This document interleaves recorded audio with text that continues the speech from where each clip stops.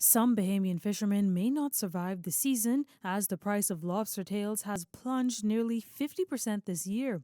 Paul Malis, founding director of the National Fishers Association, reveals that many fishermen invested heavily into their lobster operations due to last year's high price, but now their risk has turned unprofitable. Last year was a great season for lobster fishermen in general.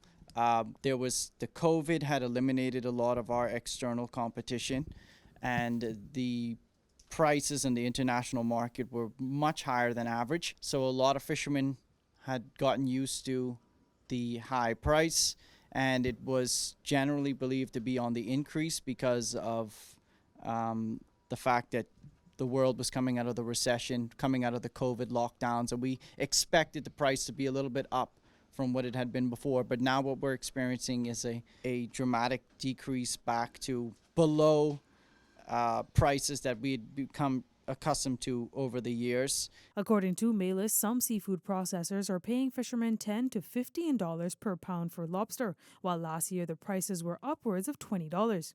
He cites this issue as a result of the market being flooded. Because of how profitable the lobster fishery was last year and the year before, a lot of new players entered into the market in South America, and then we have the restoration of some of our original competitors from the west coast of the United States, from Australia, from South Africa, producing a lot of tails, and the market is probably become a bit saturated with lobster tails.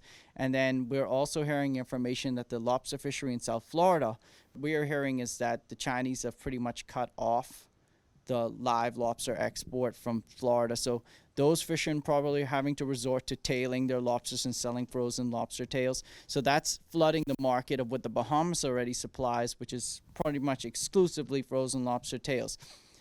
Now, not only are Bahamian fishermen still reeling from the plummeting price of lobster, but poaching remains a huge issue. Malis reveals that Bahamians are poaching in their own waters, and many foreign vessels are taking advantage of the law and posing as tourists. But we are still continuously going through the issue of the American charter pleasure poachers that come here.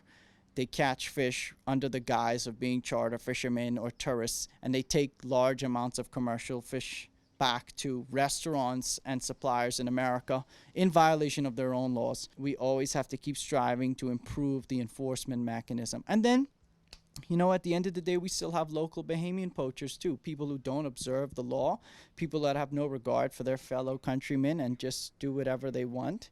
Attempts to reach Minister of Agriculture, Marine Resources and Family Island Affairs Clay Sweeting were unsuccessful up to news time. However, the NFA is scheduled to have a meeting with him this week. Tyler Simonet, Eyewitness News.